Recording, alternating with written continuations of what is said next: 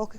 So, good morning. Welcome you in the course of outcome based pedagogic principle for effective teaching. So, the word itself said that what kind of pedagogic principle we should use or what kind of teaching learning process we should use, outcome based process we should use, so that the teaching learning is effective. So, this course will be taught in 10 hours lecture hours. So, there will be 20 lectures for half an hour each, and this course will be myself. I will take some lectures and some lectures will be taken by Dr. Tamali Bhattacharya, and the course deal with that Bloom taxonomy, assessment and evaluation, outcome based curriculum design, accreditation, and how this outcome based curriculum design or a pedagogic kind of pedagogic principle can increase the effectiveness of the teaching learning, and we will discuss how we will do this thing during the course. Now, if you see that what is the outcome of the course? Outcome of the course is that at the end of this whole course, whole 10-hour lectures, 10 lecture hours, you should able to write the outcome based curriculum objective, or you say the outcome based course objective, module objective and unit objective based on the Bloom taxonomy. Second outcome is that you should able to develop the test item which will relate to those objectives. So, how to write down the correct test item to relate to that objective? Most of the cases, if we find examination system, we given write a short note on this thing. Why this kind of test item is not correct, we will discuss. What kind of modification is required, we will discuss. So, at the end of the course, you should able to write the correct test item for the correct objective. Next, you can plan or you can design your course curriculum which required for NBA or Washington accreditation. Not only that, you can use that how this can help to teach effectively in the large classroom. So, in a large classroom, what kind of teaching learning process I should use, so that teaching is effective, we will discuss. Then you should able to design that evaluation method which will not only that take the test of the students or assign the grade, which will reinforce the teaching learning. How that assessment system is held to reinforce the teaching learning process also will be discussed. Now, before I go to the course, can you think what is that yesterday world of education? That means, I am saying yesterday means before the Google came. Today, I can search anything in the Google. If I search any keyword, Google will give some reply, some material will come out. Any topic you search in the Google, there will be hundreds of video lectures, hundreds of PowerPoint presentation, hundreds of web contents are available. So, we are not discussing about how to generate the content. So, content is available. So, this is the difference. Yesterday means before the Google has come, before those kind of material is freely available or widely available in the net, we called it yesterday education. And that time what is there? If we what kind of, if you see that we can correlate that the same thing we are also following today. So, today change is required. What kind of yesterday education was there? Now, in that days the education material is very costly.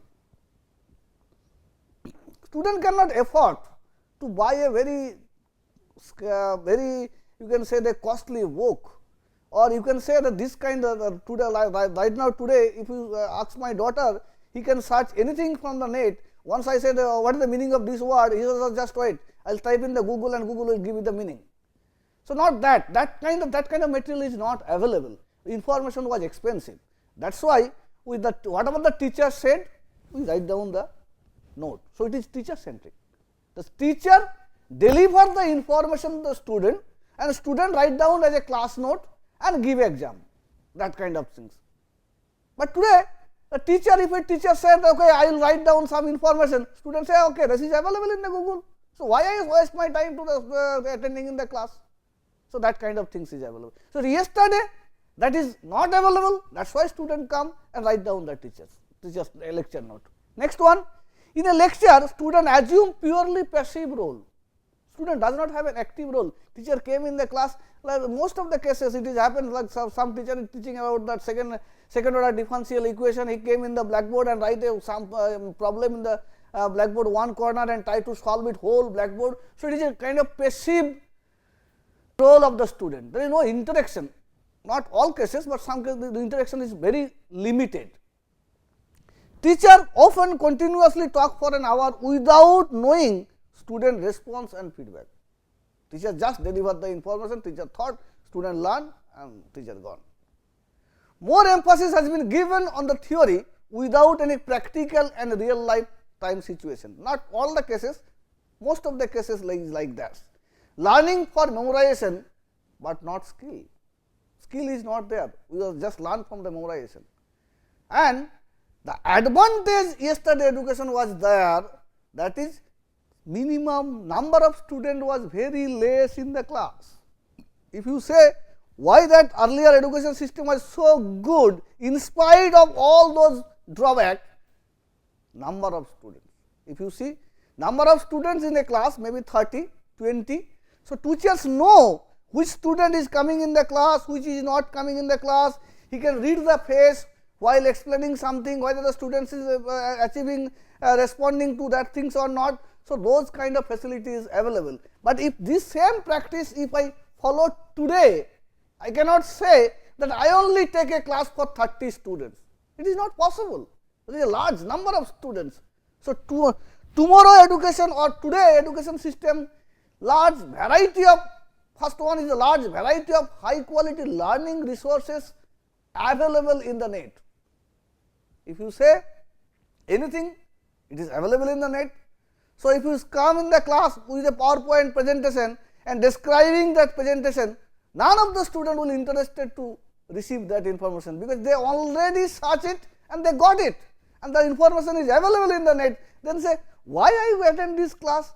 Okay, that class I can get the video lecture, better video lecture from the MIT website. Those professor is given a better lecture than this professor. So, why I go to that class? This is available. This is the true fact. Large variety of high quality learning resources is available in the net. Learner centric, flip teaching to be the norms. So, if the students is not coming, students will come on the class. See, this is happening in most of the cases. Average attendance rate of across the institute are decreasing. Most of the student teacher complaining that attendance rate of the class is average below 60%. Then I asked some few students that why you are not interested to attend the class.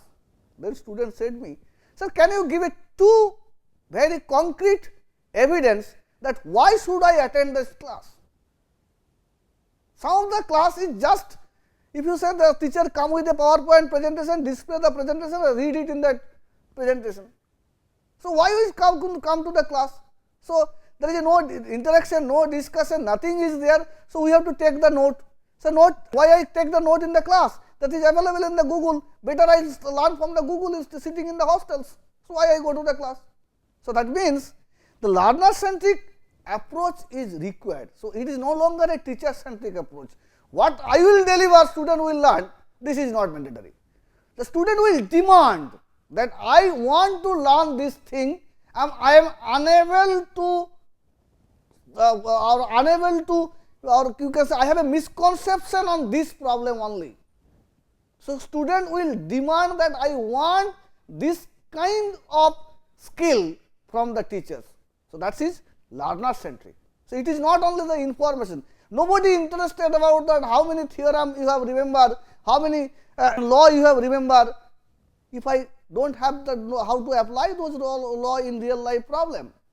So, student will come that yes, I have this, I want to acquire this skill. As a teacher, can you suggest me some very good material, or can you clarify me what kind of technology is used here, what kind of methodology is used to overcome this kind of situation. So, that means they demand discussion in the class, that is learner centric, student demand, then flip teaching. Instead of delivering by the teacher, they want that we want discussion on this issue only. So, that is the flip teaching. Then class size. You cannot restrict the class. Today, I cannot say in my institute that okay, I will not take the more than 30 students. Student will not say no, it is not happening. You have to take a class of 200 students. So, if I take a class of 200 students, what is happening? The 200 student large class, the large classroom. So, in a large classroom, 200 students, I cannot take the attendance. If I take the attendance of the 200 student name call, it will take time. I cannot remember the face of the students. I cannot read the face of the students, whether the students are following the lecture or not. So, if a 200 student class, average attendance is 60%, and then some of the students who are sitting in the back bench, they will do the Facebook, because they say the teacher is saying same information, that information is available in the Google. So, do not follow the teacher lecture, what teacher is saying. So, you are, since your attendance is carrying 5% marks and you will be deregistered, he will by force is coming in the class and doing Facebook and sitting in the back bench. So, effectively he is not attending in the class. So, that is the main problem. How do you teach a large classroom with all students attending with the all students? So, this is a very challenging problem. So, I will define that problem in the next slide, and then we will discuss how to overcome this kind of problem. Knowledge growing at faster rate. Today, tomorrow, today if you see, today I taught something, next semester I have to modify it, because this is knowledge is faster rate it is going. ICT tools, how do I use that ICT tool make my teaching is more effective, not that PowerPoint, yes PowerPoint is one kind of ICT tools. So, what kind of ICT tools I should use, in what way I should use, so that the teaching is become effective. Next, learning is no longer a one time affair. I have to taught the students learning to learn. How do you taught them? Then student must learn to their own, that is the important issue, that a student should learn by their own. That habit has to be practices, not spoon feeding. Spoon feeding practice is not required, because at the end of that program they have to learn by themselves. So, that skill has to be developed. So, how to this kind of, those are the dimension of today's education systems. So, what are the challenges based on those dimensions? The challenges are how to improve the student engagement. I am saying that one of the major issue in today's education system is the how to improve the student engagement. If you ask any student that let us take subject X, any subject, if you ask most of the cases it is true, that if you ask any student how many days you have studied this subject to get a grade A or get a 80% marks, his answer will be simply, sir, mid semester, before mid semester 5 to 6 days and before end semester 5 to 6 days.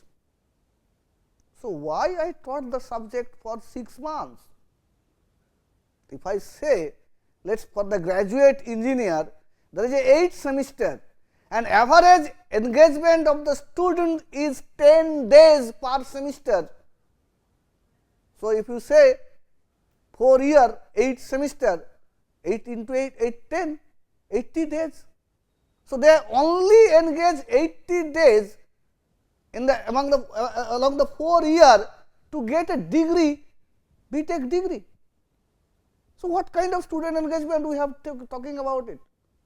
A student claiming that he can get a 80% marks, or it is practices among the students, many courses, many discipline, many institute it is practices, that a student can say or student can claim that I can get the 80% marks of this course by only studying the 10 days. So, why I have to taught the student for the 4 year? That means something is as a serious mistake, some serious mistakes we have done, so that we have not engaged the student throughout the semester, and we only student is engaged just beginning of the examination, because their main agenda is to how to get pass the subject and how to get a grade. Most of the cases, if you see that okay, students are just giving the exam and forgot everything. Many cases, if you see the grand viva, if you ask any students how many subjects you have studied, just told the name of the subject, he is not able to tell all the name of the subject. That means his engagement was very temporary, and his engagement was so less that he cannot develop anything on that engagement. But today, what is required in industry or today world is required the skill set.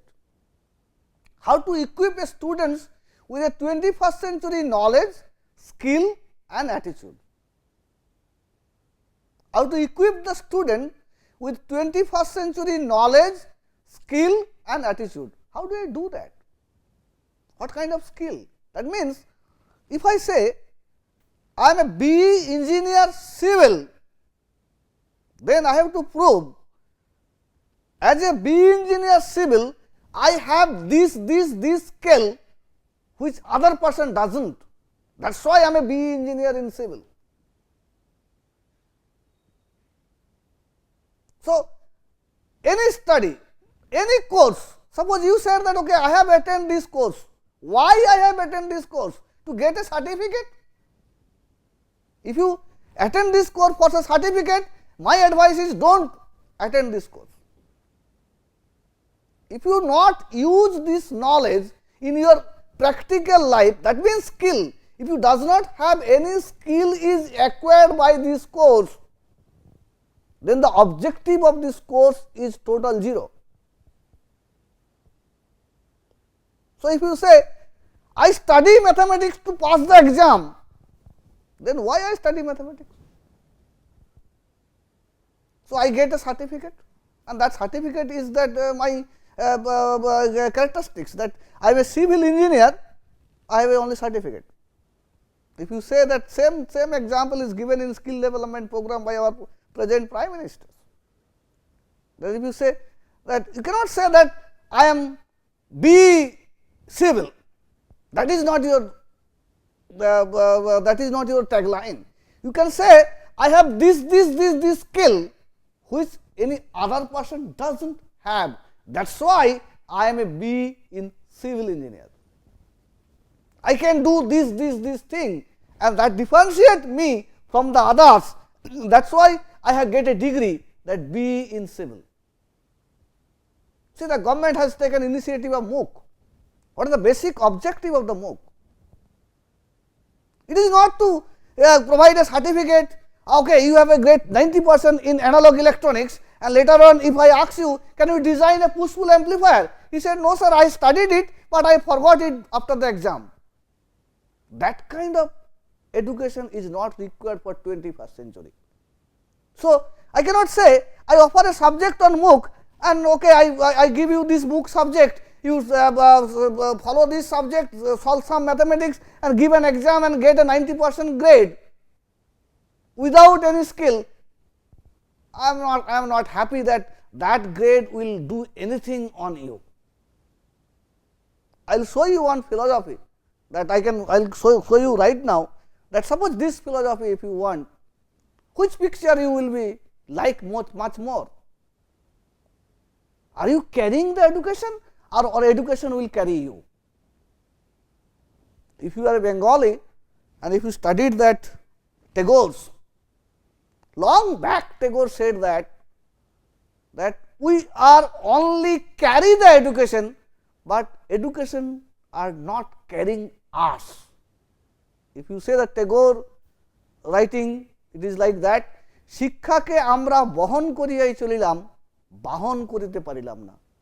That means we are carrying the education. So, lot of book, lot of formula, lot of theory, lot of exam, a lot of grade card, everything is there, but in practically I do not have any skill. So, that means we are carrying the education in our back. We have studied this Milman Halkias, this book. I have studied this Tafsiling, this digital communication book. lot of theory, Shannon's theory, I know that all those kind of theory, but when somebody give me some simple problem, I am not able to solve it, then whole education is totally junk. I can say the whole education is totally junk.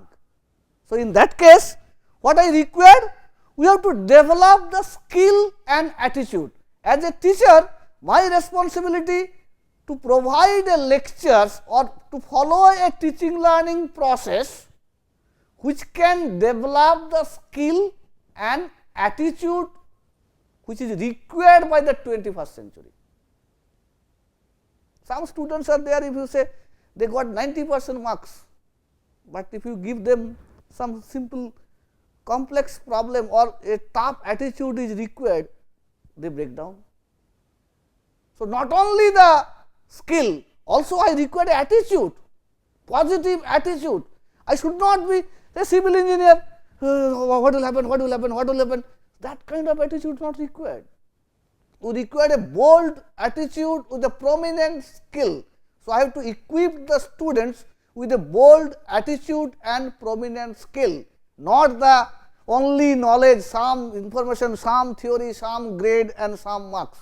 It is not true. So, how to do that things which is required for 21st century education? Then continuous improvement in curriculum, incorporate a better open educational resources, more effective teaching, ensure the outcome of education, create industry ready engineer. I am talking about the perspective of the technical education. If you say industry say that, oh, what about the engineer you are producing are not employable, they does not have any skill, they does not know this thing, that thing. So, many kinds of objection we are finding.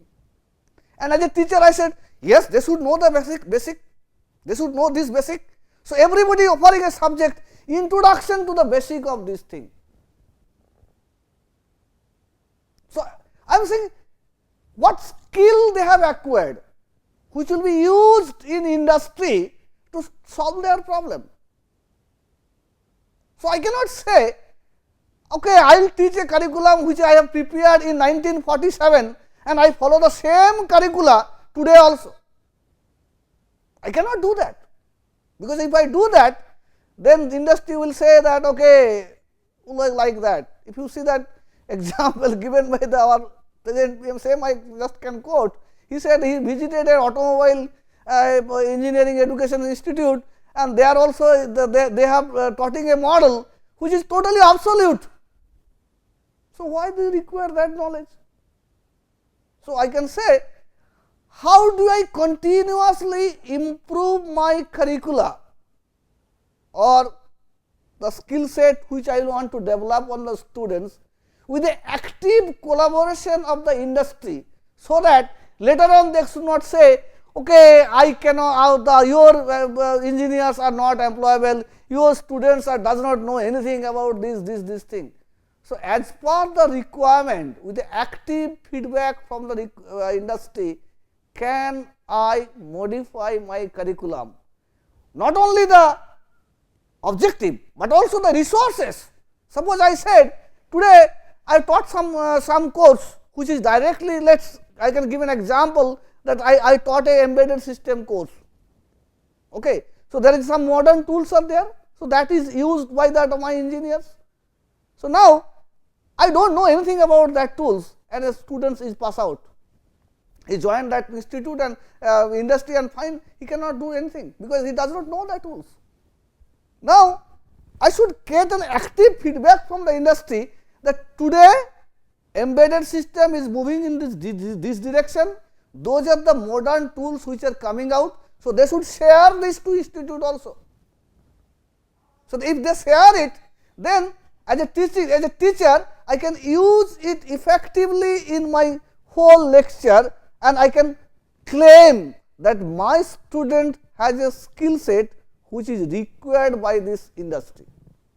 So, what industry ready engineer, and our NESCOM is saying that how do you create the industry ready engineer, and we are inviting some industry person in institute, and he give a lecture on day 1, and after the end of the lecture everything is forgot.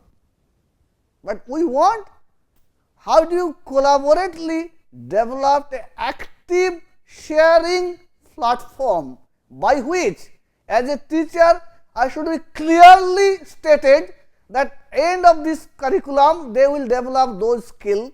Now industry can comment, okay, I require this skill but not this skill. Then the institute jurisdiction which kind of skill set they should want to promote in their students for which purpose. Very clearly said. Then I can say each and every course curriculum must be continuously modifiable, more resources can be added in any time, more kind of real life problem can be added by the industry. So, what kind of teaching learning process and framework we should use, so that this can be enabled. At the end of this course you can see that IIT Kharagpur proposed a framework, that framework allow you to do this kind of things. Next one, ensure examination system reinforce teaching and learning. I can ask you one question, why there is a evaluation system in our education system? So, I will cover that what is assessment, evaluation, what kind of evaluation use in which area, that later on I will cover it. But today I can ask you that if I say that why we have a end semester exam, mid semester exam, class test, assessment, evaluation, why that are there? Why you use this evaluation system? The purpose of the evaluation system is not to provide the grade to the students. This is a byproduct. If I say some doctors prescribe you test your blood, then you test the blood, then found that your sugar is 190. Okay, sugar is 190. If I have not prescribed the medicine to go it down, then the loop is not closed. So, if I say I examine a student, student is failed. What is the purpose of the examination system? I examine a student, he okay 35% is the pass mark, he got a pass. Think about this kind of situation, a student who got a 35 marks in an examination, that means he only know know means knowledge, he has a knowledge or wisdom about the 35% of the syllabus and he promoted to the next class. So, suppose I got an analog electronics, I fail, or teacher give me pass mark P and I promoted to third year, go for VLSI design. So, should I say that I will better in VLSI design, not in analog electronics? So, that means the purpose of the examination system is not to provide the grade to the students, that may be byproduct, that is required for distinguish or listing my student in a class, that okay, this is 90% boy, this is 80% boy, 70% boy. So, purpose of the examination system to find out what kind of skill set they have not acquired. In target I said at the end of the course you have this skill, this skill, this skill, this skill. The purpose of the examination system to find out whether the student has acquired those skill or not. If they have not acquired those skill, then I have to find out a method that either there may be a problem in teaching learning process, but what kind of teaching learning process I have used, that may be problematic, I have to change that means reinforce that, or the skill which I have defined may be not achievable. Somebody may say that in one course the student will able to design a rocket. Can I say that in one course the student will able to design a rocket? Somebody, many of you are writing objective, student will able to design a filter, design a digital filter. Are you think what kind of digital filter are they able to, the whole digital filter can be covered in a one, maybe one module? No. So, if your skill are clearly achievable and you test that and you found that those are the skills student has not acquired, then there is a serious problem in your teaching learning process. And if your skill is not achievable, whatever the teaching learning process you follow, it cannot be achieved. So, the purpose of the examination system is not to provide the grade to the students only, it is reinforce the teaching learning. How many of the teachers we have, after grading the paper, we forgot, okay, grade is done, okay, you A, B, C, the grade is done, and then we destroy the paper. How many of us are examining the paper and find out what kind of problems students are generally missing and what kind of misconceptions are there on the students, and as a teacher I should analyze those kind of misconceptions, and then I thought that what is the mistake in teaching learning process, or what is the mistake in my course outcome. Then I have to correct that for the next batch. I am not saying the same batch, and I also advise the batch that look, those are the problem you have not able to solve, those are that means those skills you don't have, please acquire those skills before you go to the next class. I will say, I will come that I will say that learning is the learner responsibility, not the teacher responsibility. Then ensure lifelong learning. One of the main objective in 21st century education is that I have to ensure that learner learn by himself. That habit is created. That means that kind of skill set is developed. That a student is able to grab the subject by himself or herself. That means self learning ability. Everything, if you spoon feed, I take a course and I solve some same problem, and same problem come in the exam, and I said write a short note on this. If you see that today what is practicing, that English honors, Calcutta University, or I am not saying that Calcutta University, let us any institute, English honors, these teachers, this lecture note, this kind of note, they prepared a note, this kind of question, this is the note. Student just remember that things, in the end of the exam, he give that exam, after the exam everything is forgot. Is it create the self learning ability?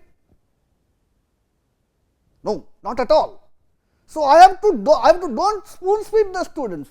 If you spoon feed, so this is the same. If I can give an example of 3 Idiots, your movie, that this is a training, that okay, I can say that write an essay on this topic, and he remember that topic in essay and give the exam. That is nothing but a training. Memorize that things and give it. After that is forgotten.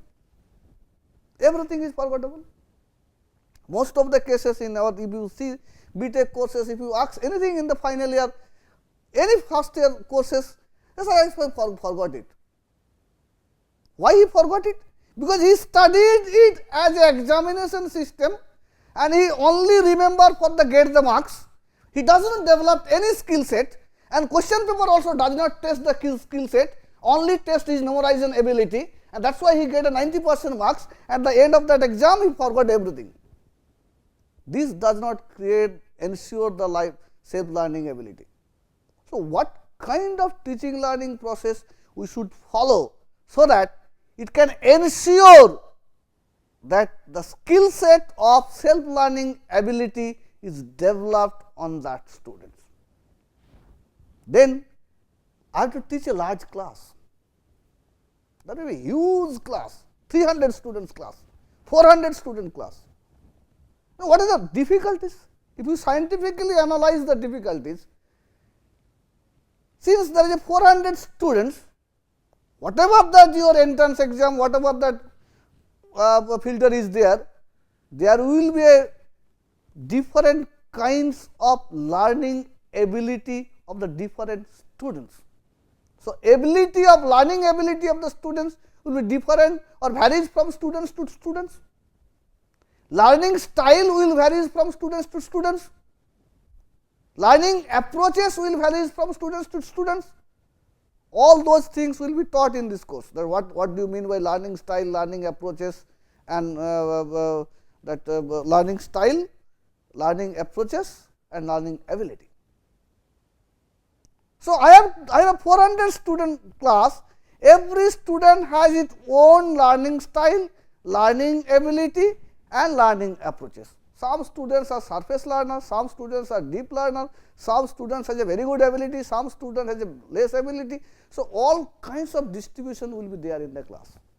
Now, imagine as a teacher, if I want to scatter to each and every student, what kind of teaching learning process I should follow. It is happening. If you see, if you come in the class and take a lecture, some student will follow, some student will do Facebook, some student will say that no, this is a boring subject and I have to get the pass mark in the subject, I have sufficient, so forget about the subject. Okay, let us take the last year question paper, and this teacher has followed this kind of pattern and do the exam and pass it. So, total wastage of time, total wastage of resources, total wastage of student time, teacher time, institute resources. So, what kind of teaching learning process should I follow, so that I can ensure that all the 400 students are engaged in my class and all the 400 students moderately achieve my requirement. I am not saying that all students will be achieved, because learning is the learner responsibility. If learner does not want to learn, a teacher cannot teach the subject. So, that means what I as a teacher, but I should very clear that this kind of pedagogy, learning pedagogy or learning approaches should cater to all students, and as a teacher I will able to draw attention of every student. On the other hand, I can say that every student is actively engaged in this course throughout the whole semester. So, that is my requirement. How do you do that things? Okay. Next one, this I have already discussed. The question for engineering education, what is, let's say that NESCOM said that create industry ready engineer. Nobody defined. What do you mean by industry ready engineer? Some chemical engineering plants say, okay, the students should know that everything in my chemical engineering plant. Some software industries say, no, students should very good in C programming, somebody say Java programming, somebody say Pascal programming. So, as a educational institute, where I should scatter?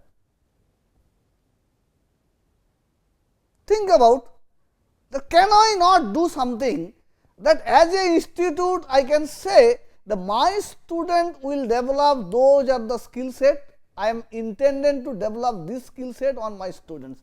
Now, it is free to industry to modify or to suggest which are the mistakes we have made, what kind of modification they are willing to do it, and what kind of resources they want to share us, so that we can develop the desired a common skill set.